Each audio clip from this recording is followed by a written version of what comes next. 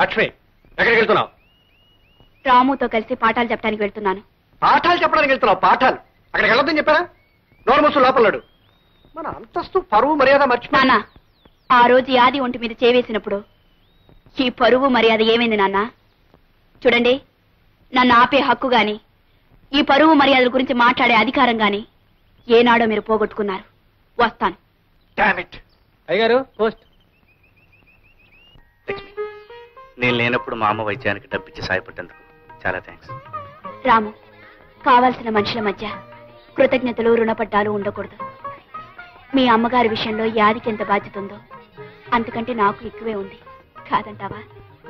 నిజాల్ని నీ మాటల్ని కాదని ఎలా అనగలను? క్లాస్కి టైం అయింది, పద. మా ఊరి ప్రజల్ని గింటయ్యా గీగవయ్య అనే 2 పందికొక్కులు దోచుకు తింటున్నారు.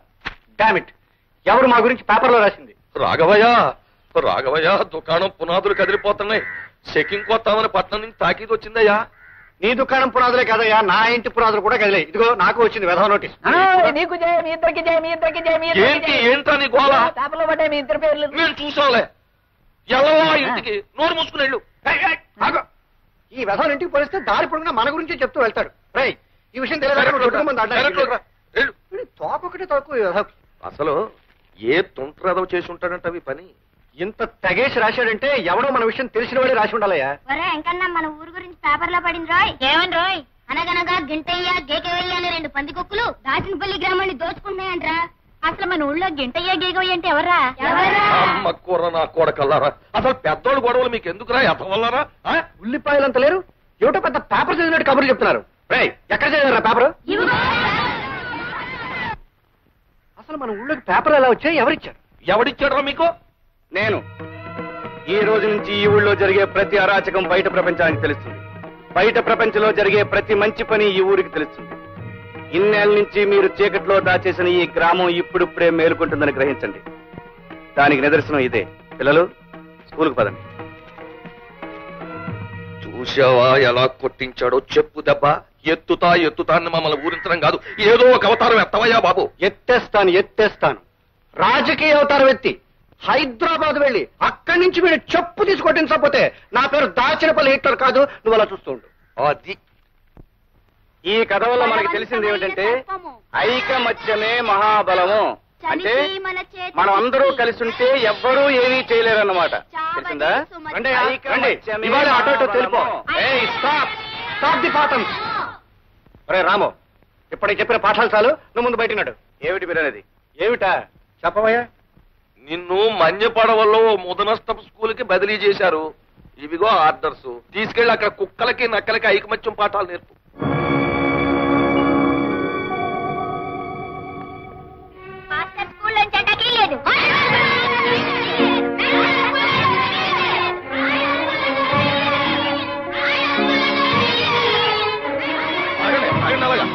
అట్లా ఊరికాల నిలబడి చూస్తారో?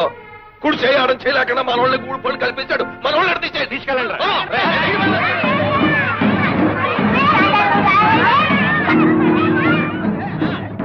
ఊడిపు కూర నా కొడకల్లారా. ఆ తెల్ల సొక్కాలు రంగు నెక్కలు ఇప్పేసి కోచి కొట్లు ఎట్టుకుని కోట్లం తోలుకుంటారా యాదవల్ల. ఇప్పుడు తెలిసిందా హిట్లర్ రాగవే సంగతి ఏమిటో? మర్యాదగా నీ పని నువ్వు చూసుకోరా అంటే మా జోలికి వస్తావా? ఏదో లొట్టికాయ ఉద్యోగం ఒకటి దొరికింది కదా మాకు ఎదురు తిరుగుతావా? ఇప్పుడు తిరగరా? 4 రూపాయలు వచ్చే ఉద్యోగం దొరికేటప్పటికి నా వ్యాపారం జోలికొస్తావురా నువ్వు? పెద్దలు ఎదిరించావు, ఊళ్ళో ఉండే యోగం కూడా లేకుండా పోయింది. ఇప్పుడు ఎదిరించడం చూద్దాం. 4 ముక్కలు వంట పట్టినంత మాత్రం ఊళ్ళో పెద్దలకే నీతులు చెప్తావా? ఇప్పుడు ఓడిపోయి పడ్డావు, ఇప్పుడు చెప్పు అమ్మా నీతులు. చెప్పరా? చెప్పు. బోడి ఆశయాలు ఆదర్శాలని పటం కట్టుకు ఊరేగేవే. ఇప్పుడు చెప్పు.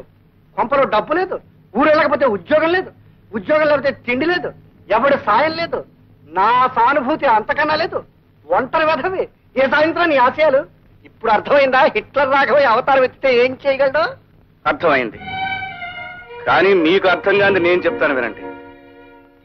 ఉదయించే సూర్యుడిని ఆపడం, ఉరికే జలపాతాన్ని నిలపడం మీ తరం కాదు. నా ఉద్యోగాన్ని ఈ ఊరి నుంచి ట్రాన్స్ఫర్ చేయించగలిగారు కానీ నన్ను ఈ ఊరి నుంచి ట్రాన్స్ఫర్ చేయించలేరు. ఆహా, ఉద్యోగం పోయింది కదా, నా ఆశయాలని డప్పు వాయించుకుంటూ ఊళ్ళో తిరుగుతాడే. ఆశయాల రోగి అని మూర్చి బిళ్ళ కట్టుకున్నట్టు మెళ్ళ ఓ పిల్ల కట్టుకు తిరుగుతాడు. ఆపండి. అనుకున్న ఆశయం సాధించడానికి కావలసింది తిండి కాదు, బట్ట కాదు, మీలాంటి స్వార్థపరుల అండదండలు కాదు. లక్ష్యాన్ని సాధించాలనే పట్టుదల, దేనికి తలవంచని ఆత్మవిశ్వాసం, ఆదర్శాన్ని మర్చిపోని చిత్తశుద్ధి, ఇవన్నీ కలిసున్న వ్యక్తి సమాజానికి శక్తి అవుతాడు. ఆ శక్తిని మీలాంటి ఆషాఢభూతులు ఏమీ చేయలేరు. రాఘవయ్య, నేను అవతారం ఎత్తుతాను. అది ఒక మహాశక్తిలా మీ కళ్ళకు కనిపించేట్టు చేస్తాను. మీ కళ్ళ ముందే ఈ ఊళ్ళోనే ఉండి ఇక్కడే మరో ప్రపంచాన్ని సృష్టిస్తాను. ఇదిగో రాఘవయ్య, ఆ రాముడుగాడు అవతారం ఎత్తుతాను అన్నాడు, ఎత్తేశాడు. మన కళ్ళ ముందే స్కూల్ ఎడతాను అన్నాడు, ఎట్టేశాడు. ఊళ్ళో ఉన్న పిల్లలందరినీ ఒకటి చేసేస్తాను అన్నాడు, చేసేస్తాడు.